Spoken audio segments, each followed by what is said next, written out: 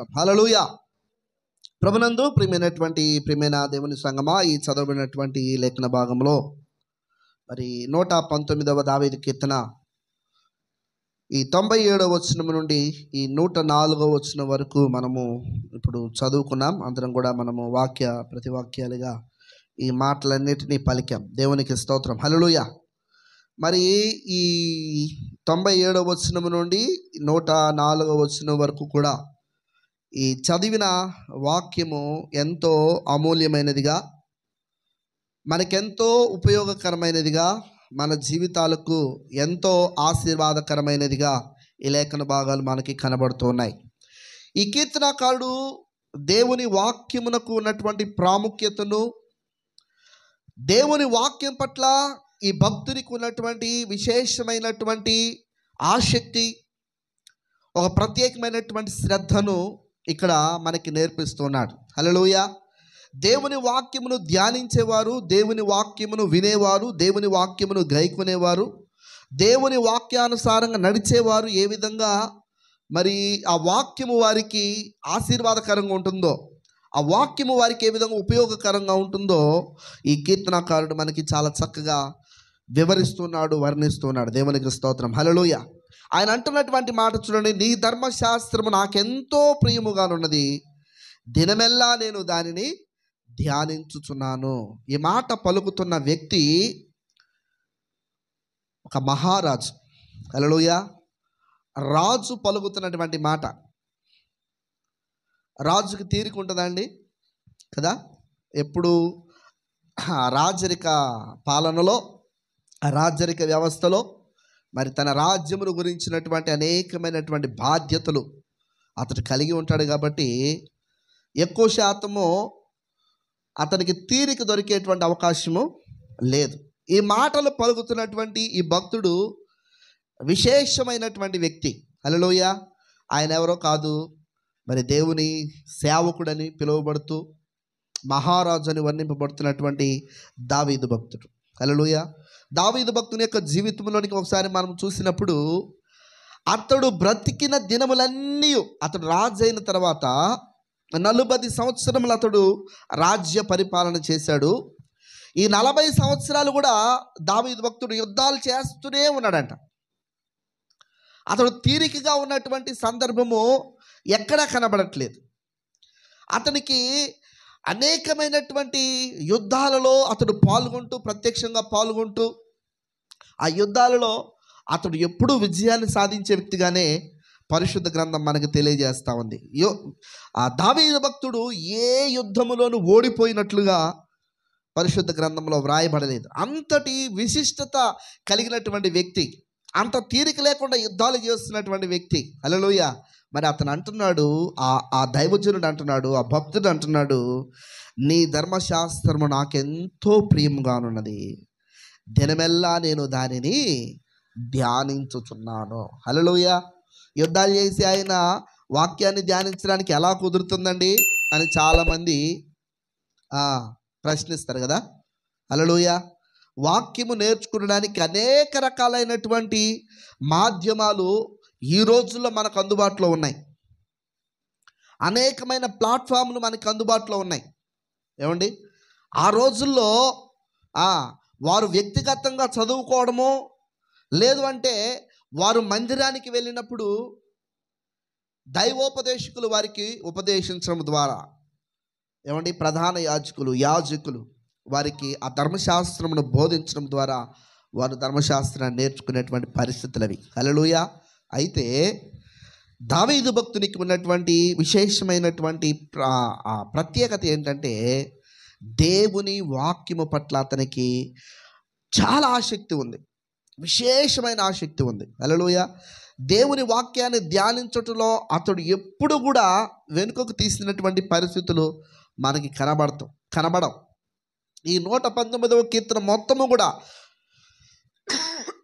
దేవుని వాక్యము ఎంత ప్రత్యేకమైనదో, దేవుని వాక్యము ఎంత విశిష్టమైనదో, దేవుని వాక్యము ఎంత విలువలతో కూడినదో, దేవుని వాక్యము మనకి ఎంత ఆశీర్వాదకరంగా ఉంటుందో, దీవెనకరంగా ఉంటుందో ఈ భక్తుడు ఈ 96 వచనాల్లో కూడా మనకి నేర్పిస్తూ వచ్చాడు. హల్లెలూయా. దావీదు భక్తుడు ఈ కీర్తనలు ప్రారంభిస్తూ ఆయన వ్రాసినటువంటి ఆ మాట మనం చదివినప్పుడు, మొదటి కీర్తనలో దుష్టుల ఆలోచన చొప్పున నడువక, పాపుల మార్గమును నిలువక, అపహాసకులు కూర్చుండు చోటను కూర్చుండక, యెహోవా ధర్మశాస్త్రమునందు ఆనందించుచు దివారాత్రములు దానిని ధ్యానించువాడు ధన్యుడు. దేవునికి స్తోత్రం. హల్లెలూయా.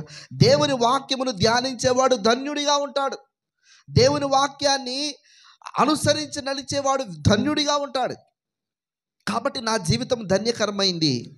నా జీవితము దేవుని మహాకృపను బట్టి, దేవుని వాక్యమును ధ్యానించడం ద్వారా నా బ్రతుకు ధన్యమైనదని దావీదు భక్తుడు మనకి నేర్పిస్తూ ఉన్నాడు. ప్రియమైన దేవుని బిడ్డలారా, దినమెల్లా నేను దానిని ధ్యానించుచున్నాను. దేవుని వాక్యమును ధ్యానించడం వలన, దేవుని వాక్యమును వినడం వలన, దేవుని వాక్యమును అనుసరించి నడుచుకొనడం వలన మనకి ఏ ఏ మేలులు కలుగుతాయో ఈ కీర్తన భాగమును మనం చదువుతున్నాం. చూడండి, 98వ వచనంలో, నీ ఆజ్ఞలు నిత్యము నాకు తోడుగా ఉన్నవి, నా శత్రువులను మించిన జ్ఞానము అవి నాకు కలుగ చేయుచున్నవి. దేవునికి స్తోత్రం. హల్లెలూయా. మొట్టమొదటి అనుభవం ఏమని చెప్తున్నాడండి? దేవుని వాక్యాన్ని మనం ఎప్పుడైతే ధ్యానం చేస్తామో, దేవుని వాక్యాన్ని మనం ఎప్పుడైతే వింటూ ఉంటామో, దేవుని వాక్యాన్ని మనం ఎప్పుడైతే ఆలకిస్తూ ఉంటామో, ఆ వాక్యము మన శత్రువులకు మించిన జ్ఞానాన్ని మనకి నేర్పిస్తుందంట. దేవునికి స్తోత్రం. హల్లెలూయా. అది మనకు ఆశీర్వాదకరమా కాదా? మన శత్రువులకు మించిన జ్ఞానం. హల్లెలూయా. శత్రువులు అనగానే మనోళ్ళంతా చుట్టూ చూసుకుంటారు కదా. హల్లెలూయా. అవునా కదా? మన మైండ్లోకి చాలామంది వచ్చేస్తూ ఉంటారు. మన మైండ్లోకి చాలామంది వస్తారు. అంటే మనల్ని అన్నవాళ్ళు, లేకపోతే మనం అన్నవాళ్ళు, మనమంటే ఈర్ష్యపడేవాళ్ళు, వీళ్ళు మన శత్రువులని మనం భావిస్తాం. హల్లెలూయా. కానీ ప్రభునందు ప్రియమైనటువంటి దేవులారా, మన శత్రువు ఎవరంటే ప్రధానంగా సాతాను. హల్లెలూయా. సాతానుడు మన ప్రధానమైనటువంటి శత్రువు. సాతానుడే మనకు అన్ని విషయాల్లో మనకు అపజయాన్ని కలుగు చేస్తూ, మనము కృంగిపోవడానికి, మనం బలహీనపడడానికి, మనం వేదన చెందడానికి, మనం శోధనల పాలవడానికి సాతానుడే ప్రధానమైనటువంటి కారణం. ఎప్పుడైతే దేవుని వాక్యాన్ని మనం ధ్యానం చేస్తామో, దేవుని వాక్యము మనకు సాతానుకు మించిన జ్ఞానాన్ని ఇస్తుంది. హల్లెలూయా. సాతాను యొక్క కుయుక్తులలో పడిపోకుండా, సాతాను వలలో మనం చిక్కుకొనకుండా, సాతానుడు కలిగించేటువంటి అనేకమైనటువంటి ఆ యొక్క పాపపు ఇక్కట్లలో మనం పడిపోకుండా దేవుని వాక్యం మనకి ఎంతో సహాయం చేస్తుంది కదా. అవునా కదా? యేసు ప్రభు వారు ఆయన ఈ లోకంలో మరి 33.5 సంవత్సరములు జీవించాడు. చివరి 3.5 సంవత్సరములు ఆయన మరి దేవుని రాజ్యమును గురించి, పరలోక రాజ్యమును గురించి ఆయన విశేషంగా ప్రకటించి, మరి ఆయన కలువరి శిలువలో ప్రాణం పెట్టి సమాధి చేయబడి మృత్యుంజయుడై తిరిగి లేచిన తర్వాత ఆయన ఆరోహణుడై పరలోకానికి వెళ్ళాడు. యేసు ప్రభు వారు కూడా బాప్తిస్మం పొందిన ఆ మొదటి దినాల్లో ఒక 40 రోజులు ఉపవాస ప్రార్థన చేశారు. ప్రార్థనలో గడిపేటువంటి అనుభవము యేసు ప్రభు వారి ద్వారా మనము నేర్చుకోవచ్చు. అయితే యేసు ప్రభు వారి గురించిన కొన్ని మాటలు పోయిన వారంలో కూడా మనం ధ్యానం చేశాం. ఆయన యొక్క తల్లిదండ్రులను యేసు ప్రభు వారిని యెరూషలేము తీసుకుని వచ్చినప్పుడు ఆ పస్కా పండుగ దినాల్లో ఆయన 3 రోజులు తప్పిపోయినట్లుగా, ఆ తప్పిపోయినప్పుడు ఆయన ధర్మశాస్త్రోపదేశకుల దగ్గర కూర్చొని ఆయన బోధ వింటున్నట్టుగా వారిని విశేషమైనటువంటి ప్రశ్నలు అడుగుతూ, ఏమండి, దేవుని వాక్యము యొక్క ప్రాముఖ్యతను, విశిష్టతను మరి మనకు తెలియజేశారు. దేవునికి స్తోత్రం. హల్లెలూయా. యేసు ప్రభు వారిని కూడా సాతానుడు శోధించాలని చూశాడు. యేసు ప్రభు వారిని కూడా ఇబ్బందులు పెట్టాలని చూశాడు. వాడు తెలివిగా దేనిని వాడాడు? వాక్యాన్నే వాడాడు. అవునా? వాక్యాన్ని వాడుతూ యేసు ప్రభు దగ్గరకు వచ్చి అడుగుతున్నాడు, నువ్వు బాగా ఆకలితో ఉన్నావు కదా, నీ ఆకలి తీరాలంటే ఇదిగో ఈ రాళ్లను రొట్టెలుగా చేసుకొని తిన్నానండి. ఏమండి, రొట్టెలుగా చేసుకొని తినంటే యేసుప్రభు వారు అంటున్నారు, మనుషుడు రొట్టె వలన మాత్రము కాదు కానీ దేవుని నోట నుండి వచ్చి ప్రతి మాట వలన జీవించు. హల్లెలూయా. దేని వలన మనుషుడు జీవిస్తాడంట? దేని వలన మనుషుడు బ్రతుకుతాడంట? యేసుప్రభు వారు చెప్తున్నటువంటి మాట, దేవుని వాక్యము వలన మనుష్యుడు బ్రతుకుతాడు. దేవునికి స్తోత్రం. నన్ను బ్రతికించేది వాక్యం కానీ ఈ రొట్టెలు కాదయ్యా, ఆహారము కాదయ్యా నన్ను బ్రతికించేదని యేసుప్రభు వారు చెప్తా ఉన్నాడు. మరి ఆయన ఇంకొక ఎత్తైన ప్రాంతానికి తీసుకుని వెళ్ళాడు. లోక రాజ్యాలన్నీ కనబడేంతటి శిఖరం మీదకు తీసుకుని వెళ్ళి, దేవాలయపు ఆ శిఖరం మీదకు తీసుకుని వెళ్ళి ఆయన అంటున్నాడు, నువ్వు ఇక్కడి నుంచి కిందకి దుముకు, దేవదూతలు నిన్ను తన అరిచేతిలో ఎత్తి పట్టుకుంటారు. దేవునికి స్తోత్రం. హల్లెలూయా. ఎందుకన్నాడు ఆ మాట? నీ రాకపోకలలో ఆయన దూతలను నీకు కావలి ఉంచును అని 91వ కీర్తనను మనం చదువుతున్నటువంటి మాట అక్కడ సాతానుడు ఉపయోగిస్తున్నాడు. ఈ ఆకాశపు ఎత్తులో ఉన్నటువంటి ఆ శిఖరం మీద నుంచి నువ్వు కిందకు దుమికితే నీ దేవదూతలు నిన్ను వచ్చి కాపాడుతారు, వాళ్ళు వచ్చి పట్టుకుంటారు, కాబట్టి నువ్వు ఇక్కడి నుంచి దూకు అంటున్నాడు. దేవుడు అంటున్నాడు, నీ దేవుడైన యెహోవాను శోధించకూడదు అన్నాడు. దేవునికి స్తోత్రం. హల్లెలూయా. మరలా మూడోసారి వచ్చామంటున్నాడంటే ఒక ఎత్తైన ప్రాంతానికి తీసుకుని వెళ్ళాడు. మరి దేశ రాజ్యాలన్నీ కనబడేట్టుగా ఆయనకు చూపించి, ఒక్కసారి నాకు నమస్కారం చేయి, ఈ రాజ్యాలన్నిటి నీకే ఇచ్చేస్తానన్నాడు. ఈ రాజ్యాలన్నీ ఎవరి అంట? సాతానుడివి. ఏమనండి, సాతాను రాజ్యంలో మనం ఉన్నాం. వాడి యొక్క కుతంత్రాలతో కూడిన రాజ్యంలో, ఆ దేశంలో మనము బ్రతుకుతున్నాం. దేవునికి స్తోత్రం. నిజమేనా కాదా? అందుకే మనం ఈ లోకానికి పరదేశులం. అవునా కాదా?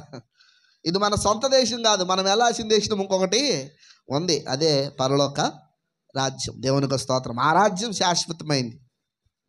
అప్పుడేమంటున్నాడంటే, నీ దేవుడైన యెహోవాకు తప్ప ఎవ్వరికి నీవు మ్రొక్కకూడదు అని నీకు తెలీదా? ఇంతకీ సాతానుడు ఉపయోగించుకున్న ఆయుధం ఏంటి? వాక్యమే.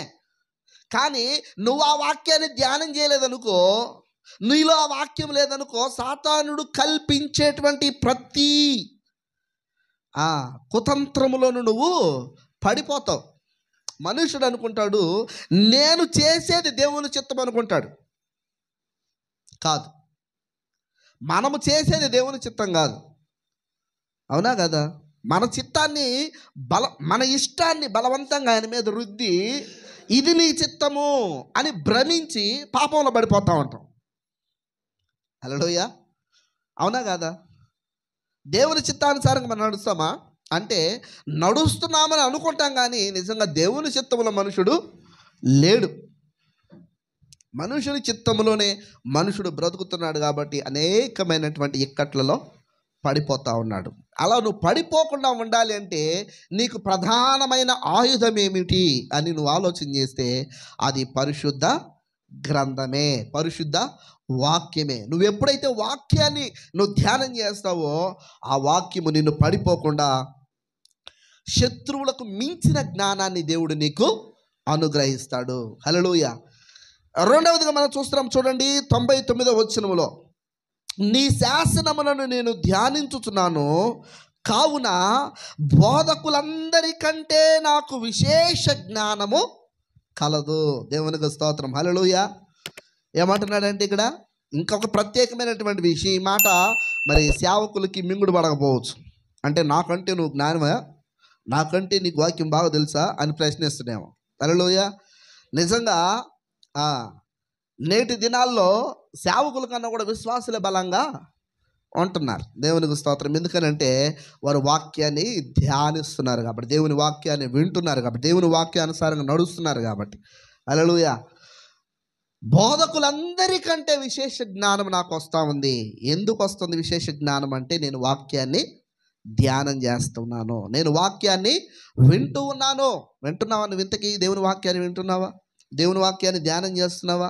నాకు కుదరటలేదండి, నాకు అనేకమైనటువంటి పనిపాట్లు ఉన్నాయండి, నాకు తీరిక లేదండి, దేవుని వాక్యాన్ని చదివేటువంటి సమయం నాకు లేదు అండి అని చాలామంది సాకు చెప్పి తప్పించుకుంటా ఉన్నారు. అందుకే వారి జీవితాల్లో నెమ్మది లేదు, వారి జీవితాల్లో సమాధానము లేదు, వారి జీవితాల్లో సంతోషము లేదు. వారి జీవితాల్లో ఎప్పుడు చూసినా అనేకమైనటువంటి శ్రమలు, అనేకమైనటువంటి నిందలు, అవమానాలు వారి జీవితాలు వారు అనుభవిస్తూ ఉంటున్నారు. దానికి అంతటికి కారణము వారికి వాక్యము మీద ఆసక్తి లేకపోవడమే. దేవునికి స్తోత్రం, హల్లెలూయా. అయితే నువ్వు ఎప్పుడైతే వాక్యము మీద ఆసక్తి కలిగి ఉంటావో బోధకులందరికంటే మించిన జ్ఞానాన్ని దేవుడు నీకు దయచేస్తాడు. శత్రువులకు మించిన జ్ఞానాన్ని దేవుడు నీకు దయచేస్తాడు. చూడండి, దేవుని యొక్క పరిశుద్ధ గ్రంథంలో 100వ వచనాన్ని మనం చదివినప్పుడు, నీ ఉపదేశములను నేను లక్ష్యము చేయుచున్నాను, కావున వృద్ధుల కంటే నాకు విశేష జ్ఞానము కలదు. దేవునికి స్తోత్రం, హల్లెలూయా. 3 విధాలుగా దేవుని యొక్క వాక్యము తనకి ఏ విధంగా ఉపయోగపడుతుందో చెప్తున్నాడు. మొదటిగా శత్రువులకు మించిన జ్ఞానము, రెండవది బోధకులందరికంటే మించిన జ్ఞానము, మూడవది వృద్ధులను మించిన జ్ఞానము. దేవునికి స్తోత్రం, హల్లెలూయా, హల్లెలూయా. పెద్దోళ్ళకు మాట అంటారు, ఇంటికి పెద్ద తలకాయ లేకపోతే ఏ తలకాయ తెచ్చిపెట్టుకోవాలంట? పెద్దదైన దున్న తలకాయనైనా తెచ్చిపెట్టుకోరా అంటారు. ఎందుకో? పెద్దల మాట చద్దన్నము మూట కదా.